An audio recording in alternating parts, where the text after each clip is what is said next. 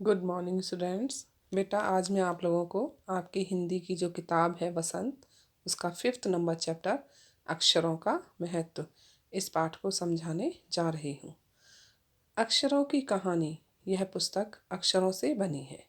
अक्षरों के बगैर कुछ बन सकता है? अक्षरों से ही शब्द बनते हैं और शब्दों से ही वाक्य बनते हैं। तो सारी पुस्तकें अक्षरों से बनी हैं। तरह तरह की पुस्तकें, तरह तरह के अक्षर, यानी अलग अलग पुस्तकें, किताबें और अलग अलग उनके अक्षर। क्यों अलग अलग? क्योंकि उनकी भाषाएं अलग अलग होती हैं। अलग अलग देश, अलग अलग भाषाएं, राज्यों की भी अलग अलग भाषाएं होती हैं। इसीलिए अलग अलग किताबों में अलग अलग तरह के अक्षर होते हैं। दुनिया में अब तक करोड़ों पुस्तकें छप चुकी हैं। हजारों पुस्तकें रोज छपती हैं। तरह तरह के अक्षरों में हजारों की तादाद में रोज ही समाचार पत्र छपते रहते हैं। इन सब के मूल में है अक्षर।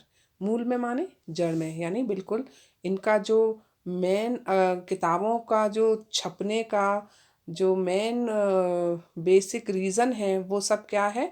वो है अक्षर। बिना अक्षरों के तो कुछ हो ही नहीं सकता था। तो जड़ माने मेन बात। हम कल्पना भी नहीं कर सकते हैं कि यदि हम आदमी अक्षरों को न जानता तो आज इस दुनिया का क्या हाल होता। यानी आज हम इस दुनिया को कैसे जानते, कैसे समझते, पूरी दुनिया को। फिर तो आदमी सिर्फ अपने आसपास के इलाके तक ही सिमट कर रह जाता अगर ये किताबें न होती, अक्षरों का ज्ञान न होता तो। क्योंकि अभी तो हम क्या करते हैं, समाचार पत्रों के ज़रिए, किताबों के ज़रिए, है ना, और टीवी के हर आज तो बहुत सारे साधन हैं जिनके द्वारा हम क्या करते हैं, सारी दुनिया की खबर रख पाते हैं। कोई कह सकता है कि अक्षरों की को अनादि काल से जानते हैं। यानी क्या कोई कह सकता है कि हम इन अक्षरों को अनादिकाल, अनादिकाल माने बहुत पुराने समय से, जब से यह संसार शुरू हुआ तब से हम जानते हैं। अक्षरों का ज्ञान हमें किसी ईश्वर से मिला है। यानी कोई भी नहीं ये कह सकता पहले नहीं हम जानते थे। पहले तो हम क्या समझते थे कि सारे हम क्या मीन्स हमारे जो पूर्वज थे पहले ज़माने के, वो यही सोचते थे कि हमें ये अक्षरों का जो ज्ञान है ये तो भगवान के द्वारा ही दिया गया है। तो इसी को मानते हुए वो आगे बढ़ रहे थे, जबकि ऐसा था नहीं। पुराने ज़माने के लोग सचमुच ही सोचते थे कि अक्षरों की खोज ईश्वर ने की है। पर आज हम जानते हैं कि अक्षरों की खोज किसी ईश्वर ने नहीं बल्कि स्वयं आदमी ने की है। यानी अब तो यह प्रमाणित भी हो गया है कि ईश्वर ने नहीं बल्कि इंसान ने ही अक्षरों की खोज की है। अब तो हम यह भी जानते हैं कि किन अक्षरों की खोज किस देश में किस समय हुई। हमारी यह धरती लगभग 5 अरब साल पुरानी है। 2-3 अरब साल तक इस धरती पर किसी भी प्रकार के जीव जंतु नहीं थे। सभी आप लोग जानते हैं, है ना, सबने पढ़ा है। अब तो साइंस में भी सारे पढ़ते हैं कि हमारी धरती लगभग 5 अरब साल पुरानी है।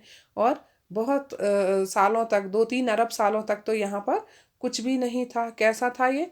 सिर्फ आग के गोले के समान थी ना। फिर उसके बाद बारिश होने लगी, पानी बरसते बरसते फिर जा कर के इस पर पेड़ पौधे हुए। यानी इस धरती पर कोई जीव जंतु भी उस समय नहीं थे। कीड़े मकोड़े, जीव जंतु माने कीड़े मकोड़े तक भी यहाँ पर नहीं थे। फिर करोड़ों साल तक केवल जानवरों और वनस्पतियों का ही इस धरती पर राज्य रहा।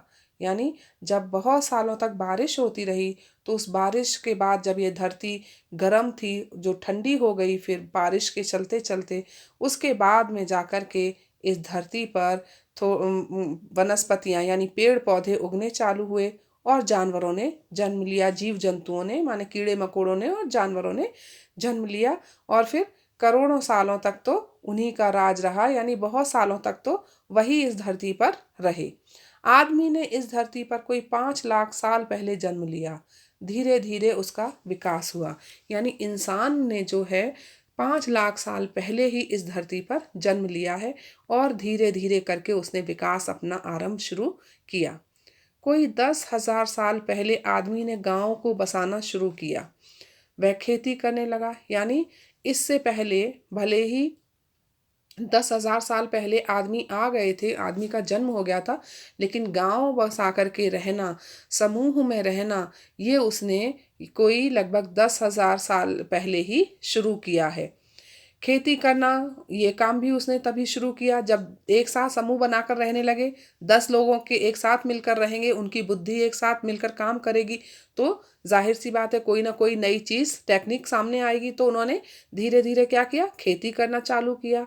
वह पत्थरों के औजारों का इस्तेमाल करता था। फिर उसने तांबे और कांसे के भी औजार बनाए। यानी पहले जब वो अकेले अकेले ही रहता था तो क्या करता था, पत्थरों को ही नुकीला बना करके उनसे शिकार किया करता था। लेकिन बाद में जब एक साथ रहने लगे तो फिर उन्होंने तांबे और कांसे के औजार बनाए। औजार माने हथियार, है ना। तो उनका निर्माण किया। और ये हथियार ही नहीं, औजार माने हथियार तो होंगे ही, साथ में औजार माने क्या होगा, हथियार तब तक थे जब तक कि वो शिकार करता था। लेकिन जब वो खेती करने लगा तो वो औजार क्या बन गए, वो औजार बन गए उन खेती के काम आने वाली चीजें, वस्तुएं। वो उन्होंने क्या किया, फिर तांबे और कांसे से खेती को चलाने, खेती में उपयोग करने के लिए इन सब धातुओं से, तांबा और कांसा क्या है, धातुएं हैं, है ना। कॉपर आप जानते ही हैं, तांबा। और फिर क्या किया, जब इनसे औजार बनाए तो खेती में भी उनको और आसानी होने लगी, खेती करने में। प्राग ऐतिहासिक मानव ने सबसे पहले चित्रों के जरिए अपने भाव व्यक्त किए। प्राग ऐतिहासिक माने इतिहास से पहले का समय, यानी ऐतिहासिक हो गया जो हमें इतिहास में लिखा हुआ, जिसके हमें प्रमाण मिलते हैं लिखे हुए, वो तो इतिहास हो गया ऐतिहासिक। और जिसका कोई प्रमाण नहीं है, सिर्फ हम किंवदंतियों के अनुसार सुनते चले आ रहे हैं अपने पहले के लोगों के द्वारा, वो होता है प्राग ऐतिहासिक काल, यानी जिसका कोई लिखित प्रमाण नहीं है। तो उस समय मनुष्य चित्रों के जरिए ही अपने भाव व्यक्त करता था। यानी अपने मन में आए हुए जो विचार थे वो क्या करता था, एक जगह से दूसरी जगह तो घूमता ही रहता था, तो कहीं भी पत्थरों पर, पहाड़ों पर क्या कर देता था, चित्र बना देता था। इस तरह जब कोई दूसरा व्यक्ति वहां से निकलता तो उन चित्रों के जरिए वो उनके भाव को समझने की कोशिश करता था कि इसने इस चित्र के द्वारा ये बताने की कोशिश की होगी। जैसे पशुओं, पक्षियों, आदमियों आदि के चित्र। इन चित्र संकेतों के बाद में भाव संकेत अस्तित्व में आए। यानी पहले तो वो क्या करता था, पशुओं के, पक्षियों के, आदमियों के चित्र बना करके लोगों को अपने मन की बात समझाने की कोशिश करता था। यानी उसने अगर कहीं पर कोई जानवर देखा तो जानवर का चित्र बना दिया। इससे बाद में आने वाले लोगों को क्या इससे संकेत मिलता था कि इस एरिया में, इस जगह पर, इस इलाके में इस प्रकार के जानवर मिलते होंगे, है ना। इस तरह से वो उनके बातों को संकेतों से समझता था। लेकिन बाद में फिर उन्होंने चित्रों के द्वारा उनके भावों को भी समझना शुरू किया। जैसे एक छोटे वृत्त के चहुं ओर, वृत्त, वृत्त माने गोल आकार, गोल आकार जो बना देते हैं ना, गोल, वो, और किरणों की द्योतक रेखाएं खींचने पर वह सूर्य का चित्र बन जाता था। यानी एक गोला खींच दिया, उसके चारों तरफ से रेखाएं माने लाइनिंग निकाल दी बाहर की तरफ, तो क्या लगता था, जैसे वो सूर्य का चित्र बन गया। ऐसे उन लोगों को समझ में आने लगा, यानी उनकी बुद्धि विकास करने लगी, वो समझने लगे कि ये सूर्य का चित्र है। और सूर्य का चित्र बन जाता था। बाद में यही चित्र ताप या धूप का द्योतक बन गया। यानी कि बाद में थोड़ा और समय होने पर वो लोग समझने लगे कि ये सिर्फ सूर्य ही को ही नहीं बता रहा, बल्कि इसके द्वारा हमें ये भी पता चल रहा है कि ये धूप हमें, ताप माने उसका प्रकाश, या धूप को हमें बताने की कोशिश कर रहा है। इस तरह अनेक भाव संकेत अस्तित्व में आए।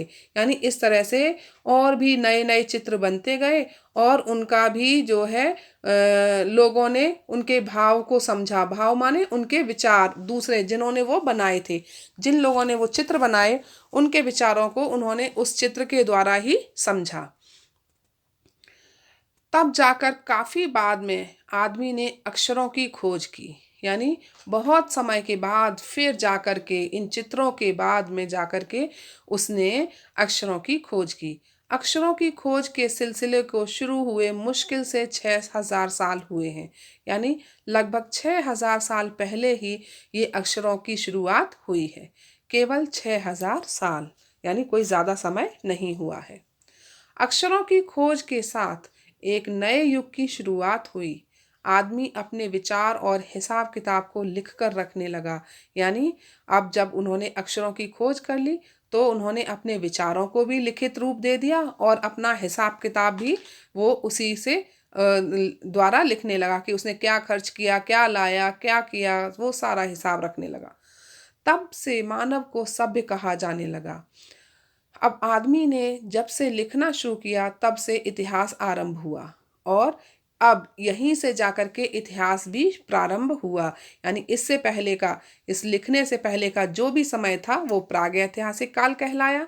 और जहाँ से अब इंसानों ने लिखना शुरू किया तब से उन्होंने अपने विषय में अपने विचारों को लिखना शुरू किया, उस समय को लिखना शुरू किया कि किस समय क्या हुआ, तो वो इतिहास बन गया। तब से वो इतिहास शुरू भी हो गया। किसी भी कौम या देश का इतिहास तब से शुरू होता है जब से आदमी के लिखे हुए लेख मिलने लग जाते हैं। यानी किसी भी देश का या किसी भी जगह का इतिहास हम तभी प्रमाण के तौर पर ही मान सकते हैं ना।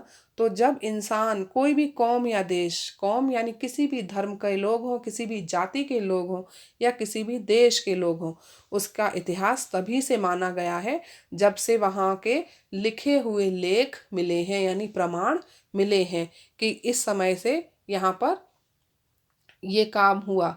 तो जिस समय जो सबसे पुराने सदी के वहाँ लिखे हुए लिखित प्रमाण मिले तभी से वहाँ का इतिहास माना गया, उससे पहले का नहीं। इस प्रकार इतिहास को शुरू हुए मुश्किल से 6000 साल हुए हैं। यानी सबसे पुराने जो प्रमाण मिले हैं वो लगभग 6000 साल पहले ही मिले हैं। इसीलिए ये बात कही गई है कि 6000 साल पहले ही अक्षरों की खोज हुई होगी। उसके पहले के काल को प्रागैतिहासिक काल यानी इतिहास के पहले का समय कहते हैं। ये मैंने अभी आपको बताया था कि जिसका कोई लिखित प्रमाण नहीं है, इतिहास के पहले का वो समय प्रागैतिहासिक काल कहलाता है। अतः हम देखते हैं कि यदि आदमी अक्षरों की खोज नहीं करता तो आज हम इतिहास को न जान पाते। हम यह न जान पाते कि पिछले कुछ हजार सालों में आदमी किस प्रकार रहता था, क्या क्या सोचता था, कौन कौन राजा हुए इत्यादि। यानी कि अगर आदमी ने अभी तक अक्षरों की खोज नहीं की होती तो हम कैसे जानते कि हमारे देश में कौन कौन राजा हुए, कितने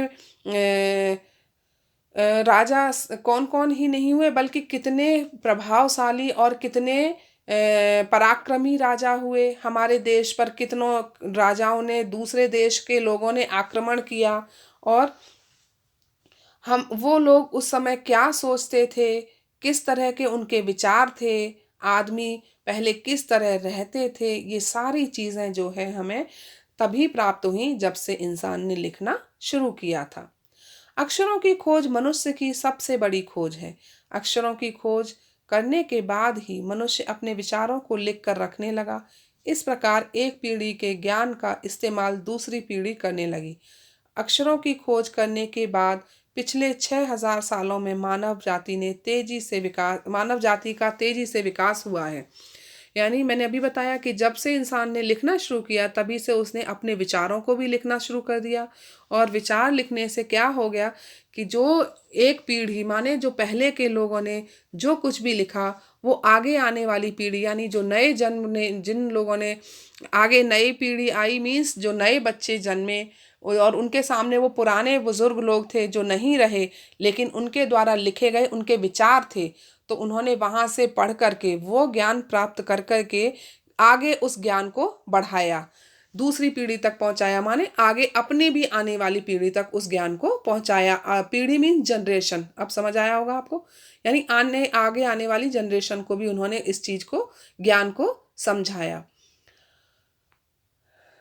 यह महत्व है अक्षरों का और उनसे बनी हुई लिपियों का। यानी कि अक्षरों और उनसे बनी हुई लिपि यानी भाषाओं का यही महत्व है कि अलग अलग भाषाएं हम तभी समझ पाते हैं जबकि अक्षर हुए। अगर अक्षर ही ना होते तो इनका कोई अस्तित्व भी ना होता। अतः हम सबको अक्षरों की कहानी मालूम होनी चाहिए। आज जिन अक्षरों को हम पढ़ते या लिखते हैं वे कब बनाए गए, कहाँ बने और किसने बनाए, यह जानना ज़रूरी है भी। यानी हमें पता भी होना चाहिए कि हमारे यहाँ पर किस तरह से इन अक्षरों की शुरुआत हुई, कैसे इनका आगे विकास हुआ, कब बने, कैसे बने, इन सबको जानना तो हमें ज़रूरी ही है। ये गुणाकर मूल्य द्वारा लिखी गई है। तो अब आपको अक्षरों की कहानी पता चल गई होगी सभी को।